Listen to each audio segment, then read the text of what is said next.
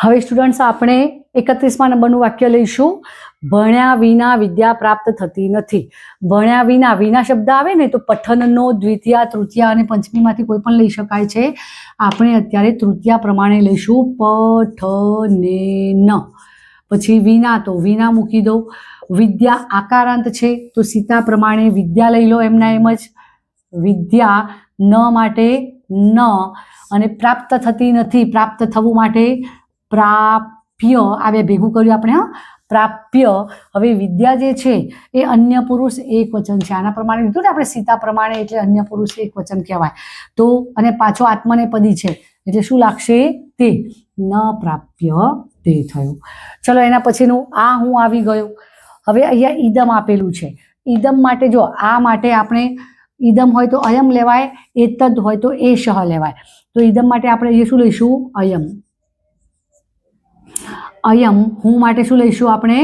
અયમ લખીએ આપણે, હા ને, અયમ. હું માટે આપણે લઈશું અહમ. અયમ અહમ. પછી આગમ, આ પ્લસ ગમ છે. આ પ્લસ ગમ તો આગતઃ. હા, આગતઃ. કર્મણી કૃદંતનો તહ લાગ્યો. તહ, તા, તમ જે લઈએ છીએ ને તે. અયમ અહમ આગતઃ અસ. અસની પાછળ પ્રત્યય લગાડો અહમ પ્રમાણે. અહમ એટલે ઉત્તમ પુરુષ એક વચન, તો મી લાગશે તો આવશે યા અસ્મિ. અયમ અહમ આગતઃ અસ્મિ. ચલો એના પછીનું જોઈએ. સાબાસ, ચંદનદાસ, સાબાસ. તો સાબાસ માટે સાધુ, બરોબર, એમના એમ લખો સાધુ. ચંદનદાસ જોવાનો. હવે જો ચંદનદાસ જે છે ને, આમાં આપણે ચંદનદાસના માટે રામહ પ્રમાણે નહીં જોવાય, કારણ કે સામેના માણસ એમ કહે હે ચંદનદાસ સાબાસ સાબાસ એમ કહીએ ને, તો સામેનો માણસ સાંભળનાર હોય ને તો એ 8મા નંબરનું સંબોધન આવી ગયું. સંબોધનમાં એમના એમ જ રહે. આપણે રામનો હે રામ એમ જ કહીએ છીએ, એમાં રામહ નથી બોલતા આપણે, હે ને.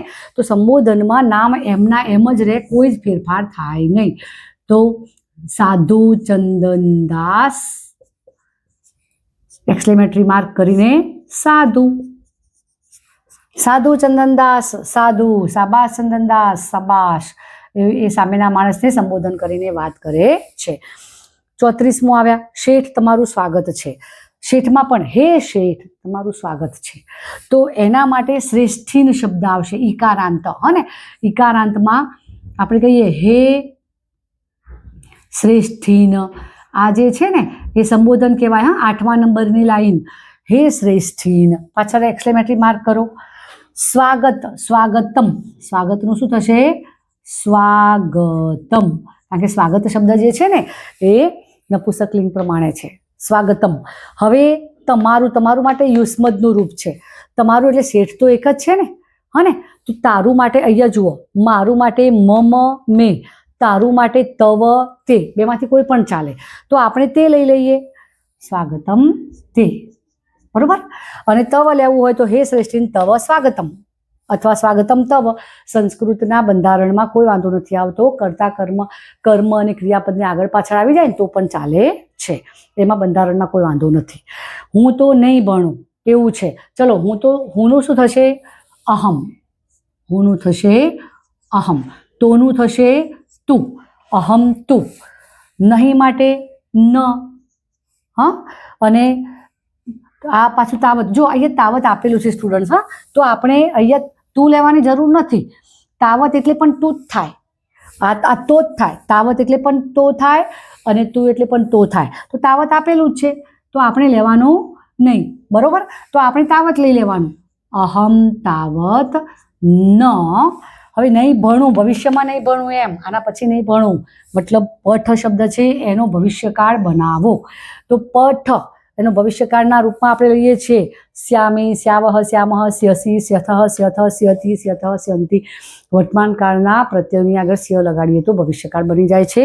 અને હું છે, હું માટે ઉત્તમ જ પુરુષ લેવાનો છે એટલે પઠિષ્યામી થશે. પઠનું, હા, પઠિષ્યામી. હા, સ્ક્રીનશોટ લઈ લેજો સ્ટુડન્ટ્સ.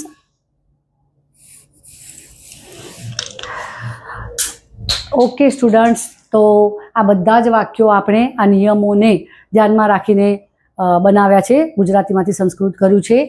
અહીંયા આપણે ગુજરાતીનું સંસ્કૃત કરવાના વાક્યો હવે સ્ટોપ કરું છું. જો તમને મારો આ વિડીયો ગમ્યો હોય તો એને લાઈક કરજો, શેર કરજો અને સબસ્ક્રાઈબ કરજો. That's all. Thank you.